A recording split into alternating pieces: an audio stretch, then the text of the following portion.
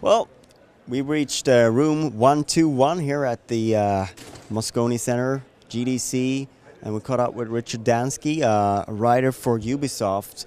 So we talked a little bit beforehand, and I got an idea of what kind of games you worked on.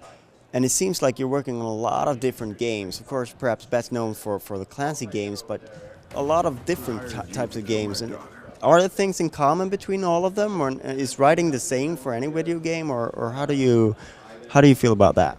The most important thing that's, a commonality in all game writing is that you're writing for the player. The player is always the hero of the game, and everything else you layer on top of that is details. And obviously you want to get those details right. If you're doing a Tom Clancy game, you want to make sure you nail the terminology, you nail the geopolitics, you make sure that you're delivering the fantasy of being Sam Fisher or of being one of the ghosts or of being in Team Rainbow.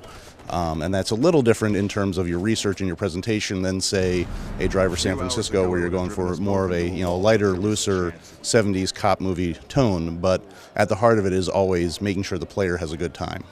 So what do you enjoy best? What's your favorite type of game that you write for? That's a tricky question because I love writing for all different sorts of games. I actually came into game writing through tabletop and LARP, writing for White Wolf and doing games like Vampire.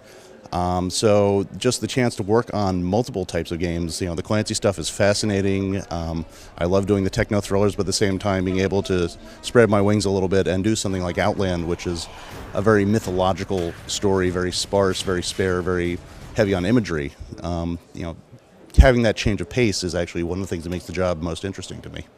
So obviously being a writer, you're a couple of years ahead of anything that we've heard of that you're working on right now, but you still have a product that you are working on or have worked on, or, well, it's not finished, but, Ghost Recon Future Soldier. What can you tell us about the narrative of that? Well, I think one of the things that's really interesting about the narrative in Ghost Recon Future Soldier is that it's very much not a black and white narrative. It's about geopolitics and consequences, and the fact that what you do over here has a big impact over there. I don't know how many details I can give away without getting in trouble, but it's as much about the team of the Ghosts and the sort of men who go out in the field and do this thing, who carry out the missions behind enemy lines where nobody can know they're there. If something happens to them, they will be disavowed. And what it takes to be that sort of soldier, and what it takes to find your place in a team like that, as much as the global overarching geopolitics, big war sort of scenario. And the other thing that we tried to do with the narrative that I thought was very interesting is that it's not a good guys versus bad guys scenario. Everybody in this storyline has a reason for what they're doing. Everyone has a rationale. It's not, oh, these are the bad guys and we just have to go out and get them. It's a little more complicated, a little more interesting than that. Not just your basic good guys, bad guys story. No.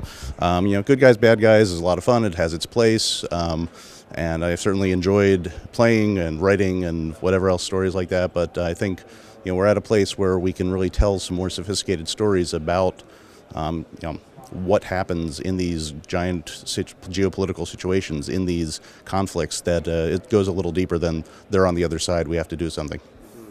And of course, the player is still free to sort of opt out of that if he wants to. He can just play the game as he would play any other game. Yeah, absolutely. I mean, the gameplay is the most important thing. The player experience is what matters.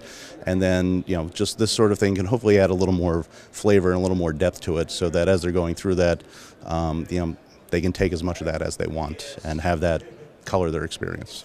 All right. Thank you very much for your time, Richard. It has been a real pleasure.